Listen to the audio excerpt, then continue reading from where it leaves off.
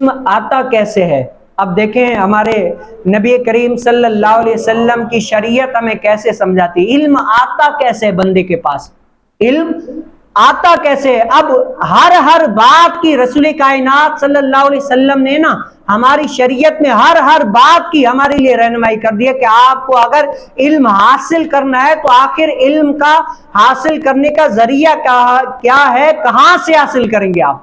اب یہ کہ ایک رات حضرت سیدنا ابن عباس رضی اللہ تعالیٰ عنہ کاشان اقدس رسول کائنات صلی اللہ علیہ وسلم کے گھر مبارک میں رہے۔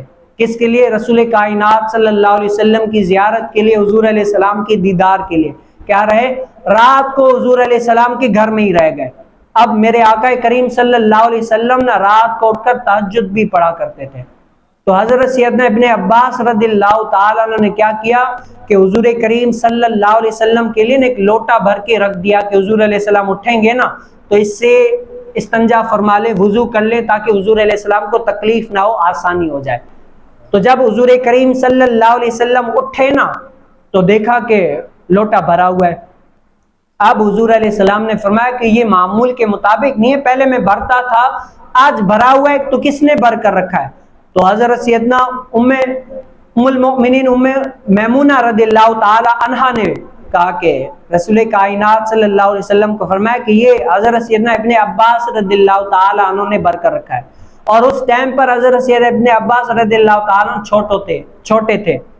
تو رسول کائنات صلی اللہ علیہ وسلم کو ان کے پر ایسی تو محبت آئی کہ حضرت سیدنا ابن عباس رضی اللہ تعالیٰ عنہ کو نا حضور علیہ السلام نے اپنے گلے سے لگا لیا۔ کیا کیا؟ ان کے سر مبارک پر ہاتھ رکھ کے دونوں جہاں کے تاجور صلی اللہ علیہ وسلم کو اپنے سینے سے لگا لیا، اور سینے سے لگا کر کیا دعا کی کہ اللہم علمہ الکتاب، اے اللہ حضرت سیدنا ابن عباس رضی اللہ تعالیٰ عنہ کو کتاب کا علم دے۔ کس کا؟ کتاب کا علم دے، قرآن کا علم دے۔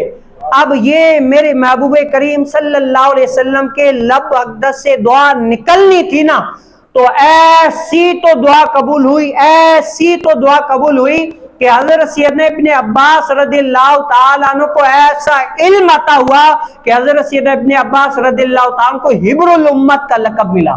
کیا ہے کہ امت کے حبر الامت ہے؟ کیا ہے؟ حضرت سیدنا ابن عباس کو حبر الامت کا لقب ملا، اور رئیس المفسرین کا لقب ملا کہ جتنے بھی سارے قرآن کی تفسیر کرنے والے ہیں نا ان میں جو رئیس ہے، ان میں جو سب سے پایا کے علم والے ہیں نا وہ حضرت سیدنا ابن عباس رضی اللہ تعالیٰ عنہ۔ یہ کس کا تھا؟ یہ دعائے محمد صلی اللہ علیہ وسلم کا صدقہ تھا۔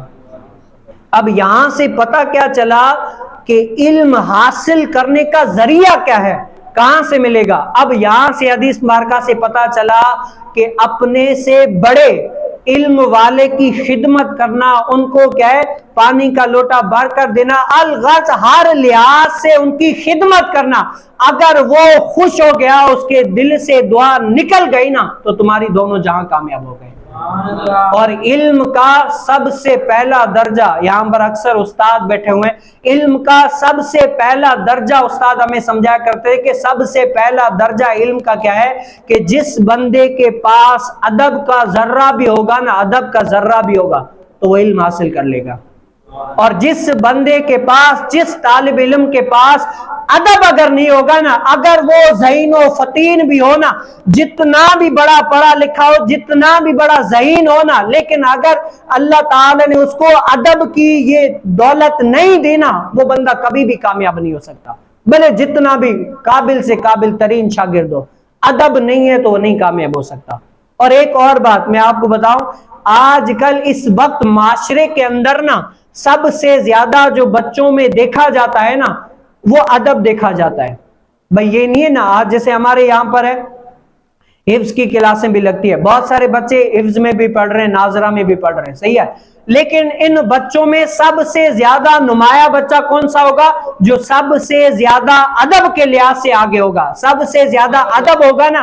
اب گاؤں میں ہماری مائیں بہنیں اور بڑے لوگ کیا کریں گے، یار یہ بچہ جو ہے نا بڑا با کمال ہے یار، با ادب ہے، بڑا ہی بہترین بچہ ہے، اس سے دل خوش ہو جاتا ہے، جب دیکھتے ہیں نا جی کو کیا ہے، دل کو راحت مل جاتی ہے، یار یہ بڑا با ادب ہے۔ اب وہاں پر بھلے وہ قاعدہ پڑھنے والا ہو، لیکن یہاں پر ایک پڑھنے والا، مثال ہے دے رہا ہوں، پڑھنے والا حافظ بن رہا ہے، لیکن وہاں پر جائے اس کے پاس بات کرنے کی بڑے چھوٹے سے ادب نہ ہو، کوئی بھی طریقہ نہ ہو، پڑھنے کے لحاظ سے ایسا تو ذہین ہے کہ استاد اس کی تعریفیں کرنے سے تھکتا نہیں ہے، لیکن گاؤں میں ادب کے لحاظ سے 0 سناٹا ہے۔ تو کیا ہے، آپ میری بات سے اگر ایگری نہ ہو نا، آپ گاؤں میں کسی سے بھی پوچھ لیں کہ بھئی ہاں یہ پڑھنے میں بڑا با کمال ہے، یہ کیسا بچہ ہے، اگر اس کے پاس ادب نہیں ہوگا نا، سارے بھائی اس سے یہ کوئی کام کرنی ہے، بھائی اس کو پہلے کیا ہے، ادب سکھاؤ۔ علم حاصل کرنے کا پہلا طریقہ ہی ادب ہے، جس کو ادب آ گیا اس کو علم آ گیا، جس کو ادب نہیں آیا اس کو علم نہیں آیا۔ ہمارے استاد جب ہم پڑھتے تھے نا تو ہمیں فرمایا کرتے تھے کہ بیٹا علم حاصل کرنے کے نا 3 طریقے، اگر ان 3 طریقوں پر اگر تم لوگوں نے عمل کر لیا نا تو علم حاصل ہو جائے گا تم لوگوں۔ پہلا کیا چیز کہ استاد کا ادب، اگر جس شاگرد کے اندر استاد کا ادب نہیں ہوتا نا وہ کبھی بھی کامیاب نہیں ہو سکتا، بھلے جتنا بھی پڑھا لکھا ہو، بھلے جتنا بھی کامیاب ترین ہو، کامیاب نہیں ہو سکتا۔ استاد کا ادب جب تک نہیں ہے، جتنا بھی اپنے استاد سے زیادہ بھی علم حاصل کر لینا تب بھی یہ کیا ہے، استاد کا ذریعہ سمجھے، استاد کی شفقت مہربانی سمجھے کہ مجھے ان کے ذریعے سے آج 2 لفظ آئے۔ دوسرا چیز ہمارے استاد فرمایا کرتے تھے کہ دوسرا چیز، جس چیز پر تم پڑھ رہے ہو نا، اگرچہ وہ قرآن ہو یا کتاب ہو، ان چیزوں کا ادب لازمی ہے، اگر ان چیزوں کا ادب نہیں ہے نا تب تک بھی تم علم حاصل نہیں کر سکتے۔ اور تیسری چیز، جس جگہ بیٹھ کر تم علم حاصل کر رہے ہو نا اس جگہ کا بھی اگر ادب نہیں ہے نا تو تب تک بھی تم علم حاصل نہیں کر سکتے۔ یہ 3 چیزیں ایسی ہیں کہ جس بندے کے اندر آ گئی نا بندہ کامیاب ہے، جس بندے کے اندر نہ آئی تو بندہ ناکام ہے۔ اللہ تعالی سے دعا ہے کہ ہمیں جو کچھ رسول کائنات صلی اللہ علیہ وسلم کی شریعت سے، دین سے سیکھا اس پر عمل کرنے کی توفیق نصیب فرمائے۔